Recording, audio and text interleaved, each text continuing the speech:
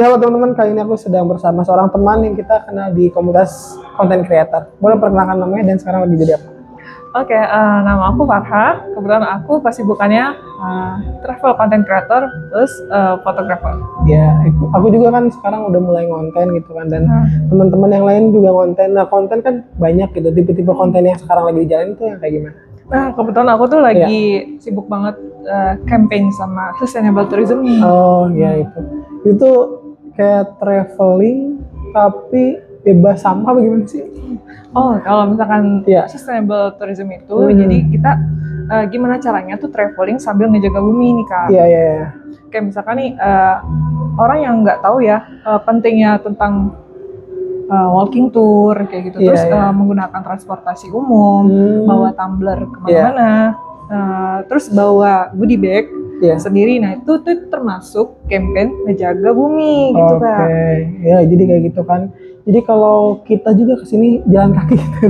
Bener banget. Naik transportasi umum juga ya. Terus kalau walking tour itu apa yang dimaksud walking tour? Nah kalau untuk walking tour nih sekarang lagi digandrungi banyak banget remaja nih ya.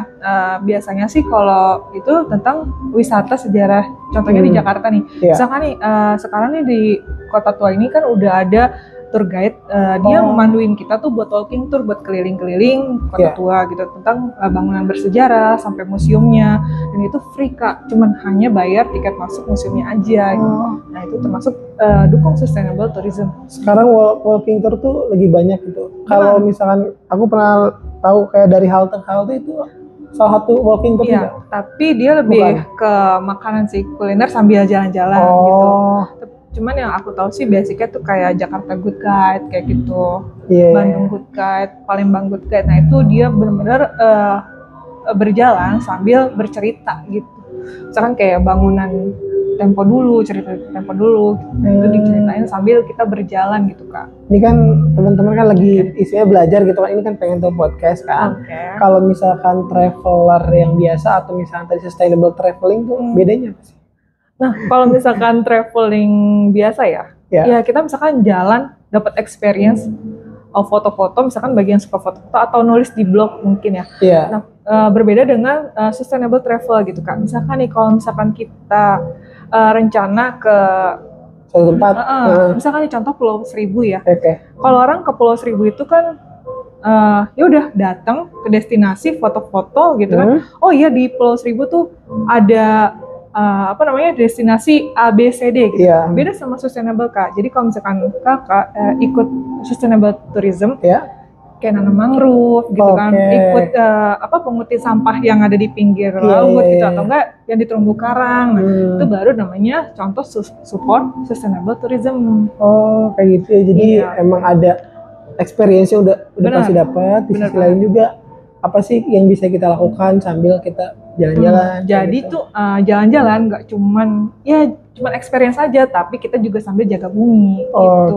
Itu ada aktivitas kayak nanam mangrove gitu. Itu emang apa dari programnya atau kira-kira kayak gimana tuh untuk aku pengen nanam mangrove nih, gimana sih caranya? Nah, kan banyak ya teman-teman yang belum tahu ya. Ternyata tuh di sekitaran kita tuh udah banyak nih namanya program yang udah support sustainable tourism Kak. Misalkan nih kayak Kakak datang ke sejauh-jauh ya, nggak usah ke Pulau Seribu, datang aja ke PIK kan, itu ada taman wisata mangrove kan, TWA kan. Nah itu di situ dia ada program namanya nanam mangrove. Nah, kita nggak perlu jauh-jauh ke pulau-pulau dulu, yang deket aja dulu, dari scope-nya dari Jakarta aja dulu. Itu udah support sama sustainable tourism. Oh itu daftarnya tuh kemana kalau kita pengen, apakah harus ada yang dihubungin atau gimana? Langsung aja Kak datang ke TWA Mangrove. Aku bukan promosiin TWA ya. Tapi kalau boleh banget gitu kan. Iya, contoh spot wisata yang support sustainable ya. Contohnya misalnya kita datang ke TWA Mangrove kayak gitu buat nanam mangrove kayak gitu. Nah tadi kan udah jelasin kira-kira ya gambarannya lah. Pertanyaannya kenapa sih udah berapa lama dan kenapa sih memulai sustainability ini gitu yang dilakukan sekarang? Sebenarnya sih baru 2 tahunnya kurang lebih. Dari mulai ikut jadi volunteer di Mangrove Jakarta, ada komunitas Mangrove Jakarta, ikut juga penanaman mangrove di Pulau Seribu, tepatnya di Pulau Tidung Kecil. Nah, aku juga sempat ikut juga penanaman mangrove di PIK, cuman bukan yang di TWA, di benar-benar khusus buat pemerintahan. Nah, aku tuh pengen jangan cuma aku aja yang aktif sebagai volunteer buat bumi kita, tapi ayo teman-teman yang lain yuk support banget buat jaga bumi kita. Jadi nggak cuma yang lagi happening nih, traveling yuk kuy kita kemana, tapi kita juga harus tahu nih traveling kita tuh tujuannya apa. Ya minimal tuh buat dampak lingkungan sekitar deh. Contohnya kayak yang tadi kayak sustainable lifestyle, kayak bawa tumbler gitu kan, bawa goodie bag, pokoknya kebiasaan-kebiasaan yang belum pernah kita lakuin. Dari mulai hal terkecil dulu itu kita udah bisa jaga bumi ya. Seperti tadi kayak walking tour, kayak ikut transportasi umum. Nah, itu udah bagus banget sih, udah support dan udah jaga bumi kita gitu. Titik awalnya kayaknya penting deh gitu untuk melakukan hal ini tuh. Apa mungkin ada keresahannya kan, mungkin kalau misalnya 2 tahun yang lalu tuh masih pasca pandemi gitu. Nah, apakah kayak di titik mana sih kayak penasaran deh, atau misalkan kenapa sih nggak melakukan hal ini gitu? Titiknya di mana gitu? Ketika apa?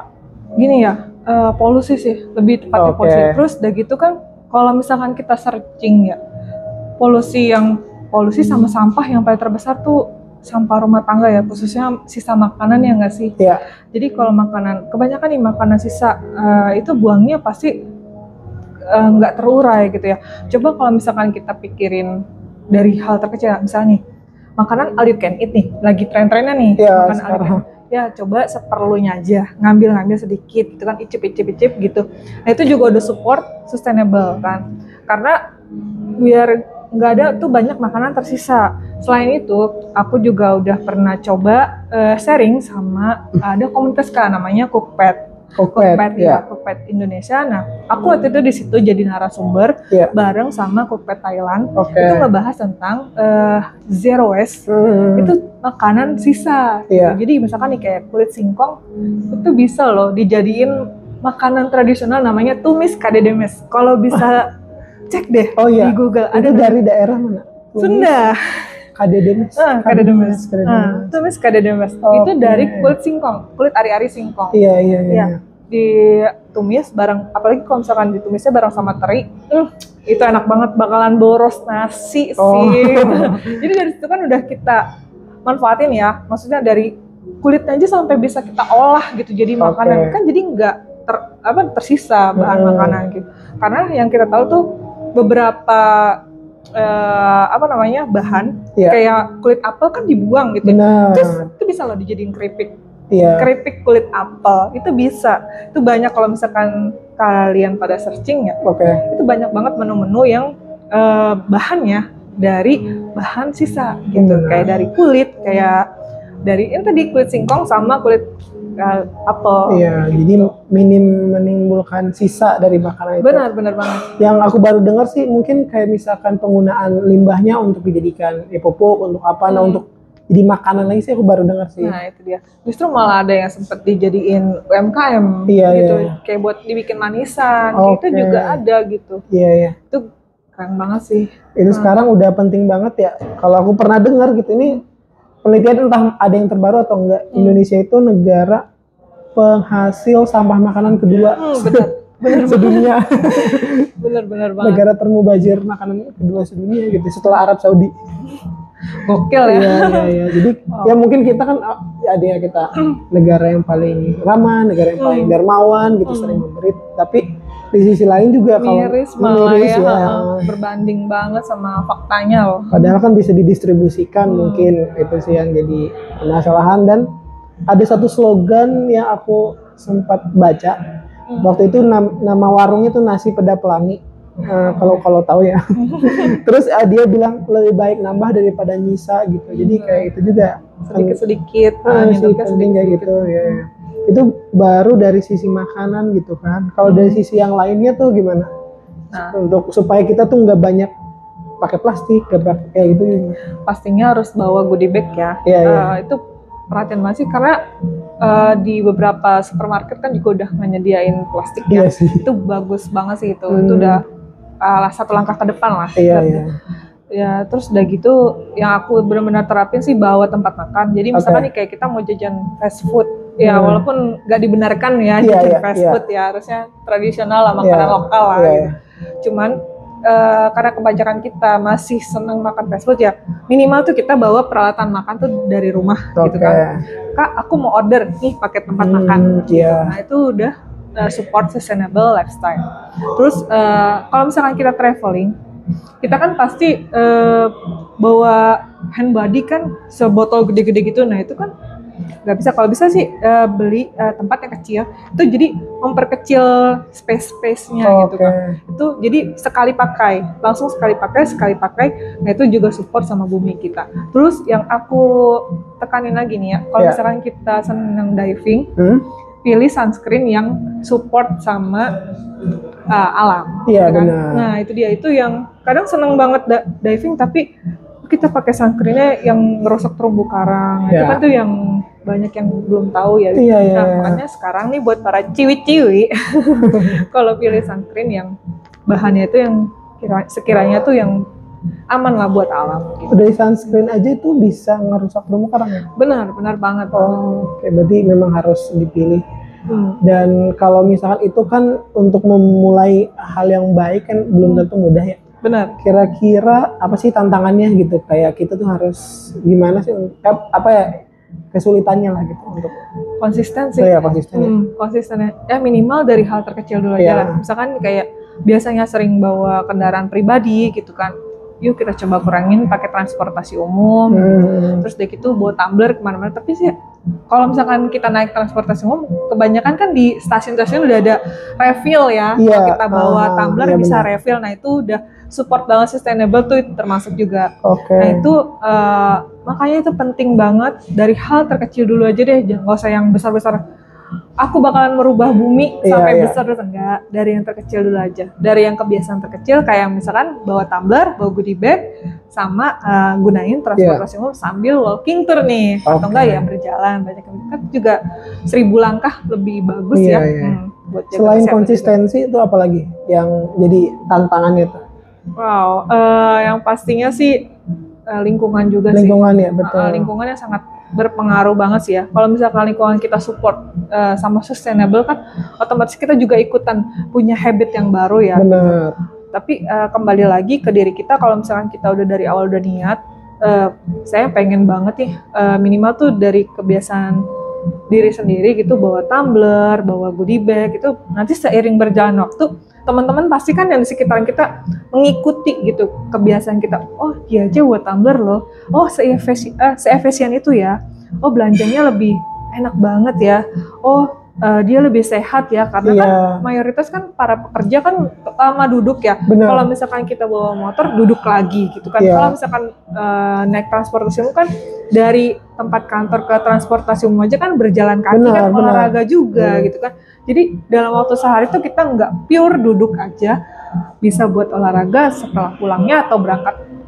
Dan jalan kaki itu biar refresh juga sih, biar stres juga ya. Bener banget Dan kita ketemu sama orang juga kan termasuk koneksi sama orangnya gitu.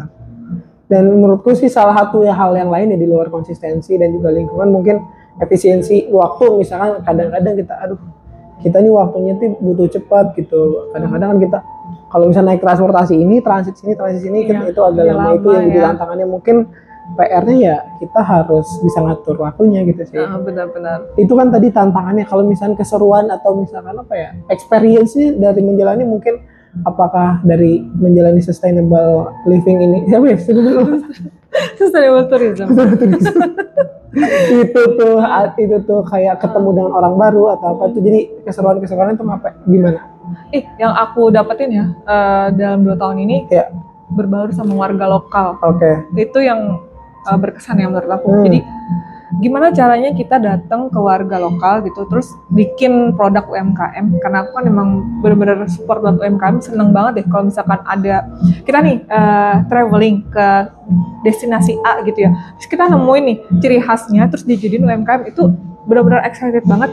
Gimana sih cara bikinnya? Oh ternyata bahannya itu dari benar-benar bahan lokal punya gitu. Itu bangga dong, kita justru bangga. Itu aku benar-benar keren banget sih. Sustainable itu benar-benar ngerubah, gak cuman hanya habitnya aja, tapi ekonomi juga berputar gitu. Itu dia, karena kita juga support sama lokal gitu. Selain itu, selain kayak kita membuat sebuah hal yang lokal gitu. Ada lagi nggak kayak keseruan-keseruan lainnya? Keseruan lainnya yang pastinya sih ketemu sama volunteer yang satu visi misi ya. Jadi kalau misalkan kita ngobrol nih suka nyambung, oh iya ternyata di event ini ada event lagi loh gitu. Jadi saling terkoneksi gitu. Nah itu kan makin circle kita makin besar dong gitu. Dan ternyata masih satu visi misi tuh berjalannya juga enak gitu. Campaign-nya tuh lebih dapat gitu. Dan kita rasa bahwa maksudnya kita lihat tuh bahwa nggak ada yang nggak mungkin sih, kayak kedepannya tuh kita tuh memungkinkan, cuman bagaimana tadi dari segi aspek konsistennya gitu. Soalnya aku juga waktu kuliah itu sempat bikin kayak semacam apa ya, inisiatif lah, inisiatif sosial gitu, kayak pengelolaan sampah tuh kira-kira kayak gimana, terus bagaimana sih mengelola masyarakatnya gitu. Oh kira-kira kita bikin bank sampah gitu. Itu aku masih sampai sekarang masih bermimpi soal itu sih. Cuman kayaknya waktu itu kan udah dirintis, tapi ya karena pandemi tim dari kuliah itu selesai gitu sih, kayak udah nanti dulu gitu. Dan sekarang juga dan sekarang juga kayaknya itu akan aku jadikan apa ya, semacam target untuk melakukan hal itu sih, biar lebih semangat lagi, biar lebih semangat lagi. Dan yang pastinya tuh gak cuman seorang Rehan aja, tapi ada Rehan lainnya yang masih antusias sama sustainable tourism sih, gitu. Harapan ya. Betul. Karena kan makin kesini tuh kita gimana ya, bumi itu makin tua ya. Kalau kita nggak ngerawat bumi ya siapa lagi gitu. Karena kan traveling ya emang yang traveling yang baik itu ya harus membawa dampak yang baik juga dari kita buat untuk kita lagi. Gitu. Tadi kan udah cerita gimananya, terus keseruannya, tantangannya. Terus kalau misalkan nih teman-teman pengen tahu dan pengen bisa, kira-kira tips yang sederhana aja dulu lah untuk memulai hal ini tuh kayak gimana? Dari hal terkecil dulu deh, ya kayak buat tumbler aja, gitu. Terus ikutin transportasi. Nah kalau misalkan mau lebih sedikit berdampak, yuk ikutan volunteer aja. Banyak loh. Sumber-sumber apa ya, akun-akun yang bisa diikutin tuh apa aja selain Kapara? Wah banyak banget. Apa tuh sebutin tuh? Ya mangrove, komunitas mangrove Jakarta. Terus ada Siselder juga. Waduh Kak, banyak banget deh itu sebenarnya. NGO tuh sekarang udah merambah, udah banyak banget sih, tapi aku sendiri masih jadi volunteer yang Mangrove Jakarta. Nah, teman-teman kan di sini ya pengen tahu podcast kan gitu, pengen tahu. Nah, kira-kira ada pesan nggak sih soal sustainability tourism ini gitu? Boleh. Buat teman-teman, kalau misalkan emang butuh kegiatan yang positif ya, saran aku sih traveling itu perlu buat healing. Tapi jangan sampai kita lupa sama jaga lestari bumi kita dengan cara menerapkan sustainable lifestyle di kehidupan sehari-hari kita. Dari hal sederhana aja dulu, kayak naik transportasi umum, ikut walking tour, sama bawa peralatan makan kita, terus bawa tumbler nih kemana-mana ya. Benar. Nah itu benar-benar buat minimal tuh dampak buat diri kita dulu deh. Ya kalau mau lebih sedikit lagi yang dampaknya, yuk jadi volunteer mangrove, minimal tuh buat kelestarian laut kita, supaya tuh nggak bencana alam, jaga-jaga bumi kita. Yuk ikutan yuk. Dan kalau misalnya dari segi emisi karbon juga gitu, benar. Dari mangrove tuh kan ada namanya karbon biru istilahnya gitu. Jadi ternyata mangrove tuh lebih banyak menangkap karbon gitu dibandingkan pohon-pohon yang lain gitu. Benar banget. Dan kita bisa lakuin kita nggak mesti muluk-muluk semuanya gitu, satu-satu aja yang mana yang paling sederhana dulu gitu. Benar. Nah sebelum menutup podcast ini gitu kan, ini pengen tahu podcast gitu. Teman-teman tuh masih mencari tahu mereka sukanya apa, mereka bisanya apa, kasih satu pesan dong yang mereka masih mengeksplorasi diri mereka. Kalau kata aku sih ya tipsnya sih kita coba explore dulu, cobain dulu. Nggak ada salahnya kok cobain beberapa hal. Karena kan dari kita mencoba itu kita jadi tahu ya apa yang paling menonjol tuh dari keahlian kita, kesukaan kita. Terus udah gitu kan dari konsisten itu tuh kita jadi tahu, oh ternyata aku bakatnya tuh di A, di B, di C gitu. Nah itu jangan pernah berhenti, jangan pernah cepat puas sih intinya. Gitu. Nah itu aja teman-teman. Boleh misalnya teman-teman tadi kira-kira informasi menurut kalian bermanfaat, silakan nanti kalian kasih feedbacknya. Terima kasih. Sampai jumpa di episode berikutnya. Dadah. Dadah.